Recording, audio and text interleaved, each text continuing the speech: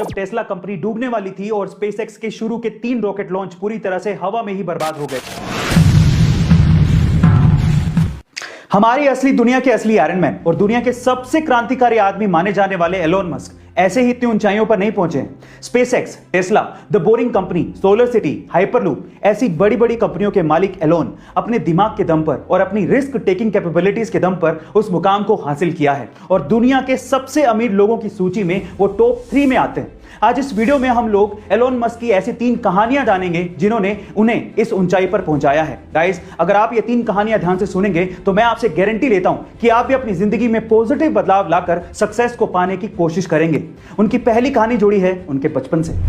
जब Elon Musk छोटे थे तो उनके माता पिता का तलाक हो गया था। ऊपर से जिस स्कूल में वो जाते थे उन्हें वहां पर कोई भी पसंद नहीं करता था, उन्हें बुली किया जाता था। एक बार तो उनके स्कूल के बच्चों ने एलोन को इतना मारा कि वो 7 दिन के लिए हॉस्पिटलाइज हो गए थे। किसी को भी एलोन में कुछ भी खास नजर नहीं आता था। ऊपर से उनके पेरेंट्स को एलोन में एक प्रॉब्लम नजर आने लगी थी। जब भी घर वाले एलोन को बुलाते तो उन्हें कुछ सुनाई ही नहीं देता, वो कुछ जवाब ही नहीं देते थे। शुरू में घर वालों को यह लगने लगा कि उसके कान खराब हो चुके हैं। इसी वजह से एलोन को कान के डॉक्टर के पास ले जाया गया और उनकी सर्जरी करवाई गई ताकि उनकी सुनने की क्षमता बढ़ सके। लेकिन उसके बावजूद भी घर वाले जब भी बुलाते एलोन कोई जवाब ही नहीं देते। लेकिन बाद में समझ में आया कि यह साधारण सा दिखने वाला लड़का एक असाधारण क्षमता रखता है और वो क्षमता है एकाग्रता की, यानी कि कंसंट्रेशन की। जब भी एलोन मस्क कोई काम करते तो वो उसमें इतने डूब जाते कि आसपास क्या चल रहा है उन्हें कुछ भी एहसास ही नहीं होता। जब वो बुक्स पढ़ते या फिर कोई काम करते या फिर सोचते तो वो पूरी तरह से अपने माइंड को कंसंट्रेट कर देते थे। गाइस, यहां पर उनके बचपन से ये बात सीखने लायक है कि जब भी आप कोई भी काम करें अपना 100% फोकस सिर्फ उसी काम पर लगाएं, आपको सक्सेस मिलेगी ही।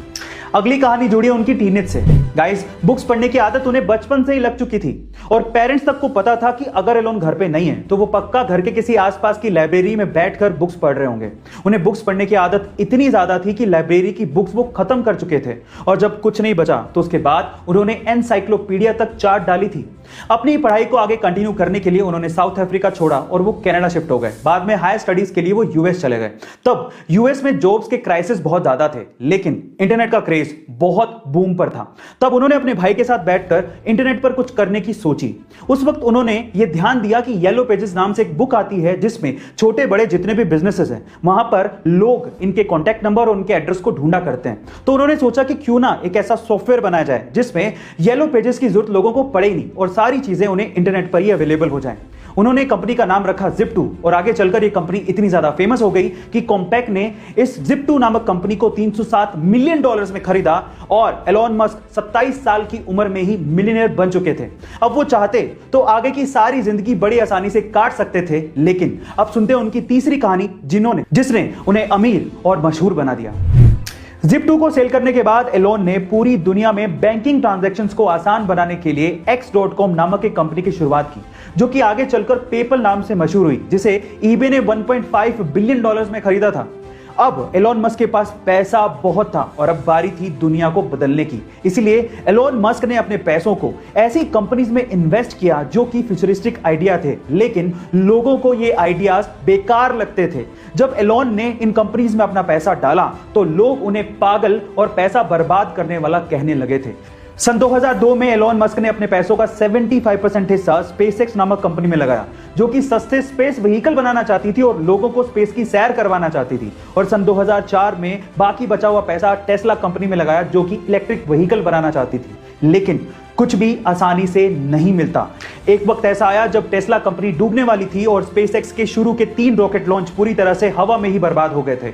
अब एलोन के पास सिर्फ इतना ही पैसा बचा था जिससे या तो वो टेस्ला कंपनी को बचा पाते या फिर स्पेसएक्स के चौथे रॉकेट लॉन्च में खर्च कर पाते। फिर से उन्होंने हिम्मत दिखाई, रिस्क उठाया और अपना पैसा स्पेसएक्स के चौथे रॉकेट लॉन्च में लगाया, जो कि फॉर्चुनेटली सक्सेसफुल रहा और नासा ने तब एलोन मस्क को बैक किया, $1.6 बिलियन की फंडिंग दी।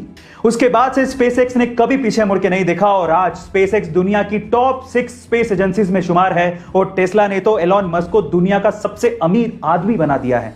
यहां पर सीखने लायक बात यह है कि अगर आपके आइडियाज पर आपको भरोसा है तो रिस्क जरूर उठाओ, क्योंकि किस्मत भी उसी का साथ देती है जो कि अपने आप पे विश्वास रखता है और रिस्क उठाता है। याद रखो, गिरते हैं सिपे सलार जंगे मैदानों में, वो क्या गिरेगा जो अपने घुटनों पर चले।